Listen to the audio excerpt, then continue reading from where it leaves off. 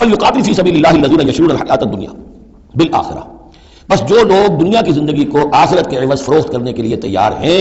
انہیں لازماً قتال کرنا چاہیے اللہ کی راہ میں۔ فلیقاتل فی سبیل اللہ الذین یشرون الحیاۃ الدنیا بالآخرہ، جنہوں نے تو یہ طے کر لیا کہ ہم نے آخرت قبول کی، دنیا ہم دیتے ہیں، اب ان کے لیے تو پھر کوئی اس میں ہچکچاہٹ نہیں ہونی چاہیے۔ اگر انہوں نے واقعی یہ سودا اللہ سے کیا ہے تو پھر یہ کہ انہیں تو اللہ کی راہ میں جنگ کے لیے نکلنا چاہیے۔ ومن یقاتل فی سبیل اللہ، اور جو کوئی بھی اللہ کی راہ میں قتال کرے گا، فیقتل او یغلب، اب دو ہی امکانات ہیں، وہ قتل ہو جائے یا غالب ہو جائے، فتح مند ہو کر واپس آئے یا وہیں شہید ہو جائے، فسوف نؤتیہ اجرا عظیما، دونوں حالتوں میں ہم انہیں بہت بڑا اجر عطا فرمائیں گے۔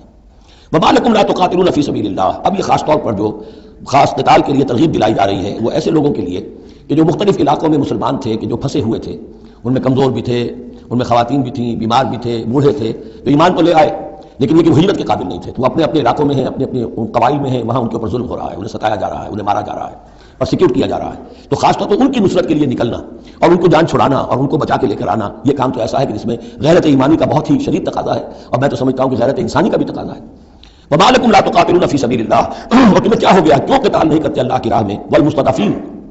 اور ان کمزور لوگوں کے لیے جو مغلوب بنا دیے گئے ہیں، من الرجال، مردوں میں سے، والنساء، اور عورتوں میں سے، والولدان، اور بچوں میں سے، الذین یقولون، جو یہ کہہ رہے ہیں، دعائیں کر رہے ہیں، ربنا اخرجنا من هذه القرية الظالم اهلها، اے ہمارے پروردگار ہمیں نکال اس بستی سے جس کے رہنے والے لوگ ظالم ہیں، واجعل لنا من لدنك وليا، اور ہمیں اپنے پاس سے کوئی ہمارا ولی، حمایتی، مددگار بنا دے، واجعل لنا من لدنك نصيرا، اور ہمارے لیے خاص اپنے فضل سے کوئی مددگار بھیج دے۔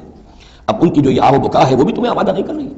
کہ ان پر ظلم ہو رہا ہے، ان پر ستم ڈھائے جا رہے ہیں، اور تم جو ہے اپنے گھروں سے نکلنے کے لیے تیار نہیں ہو۔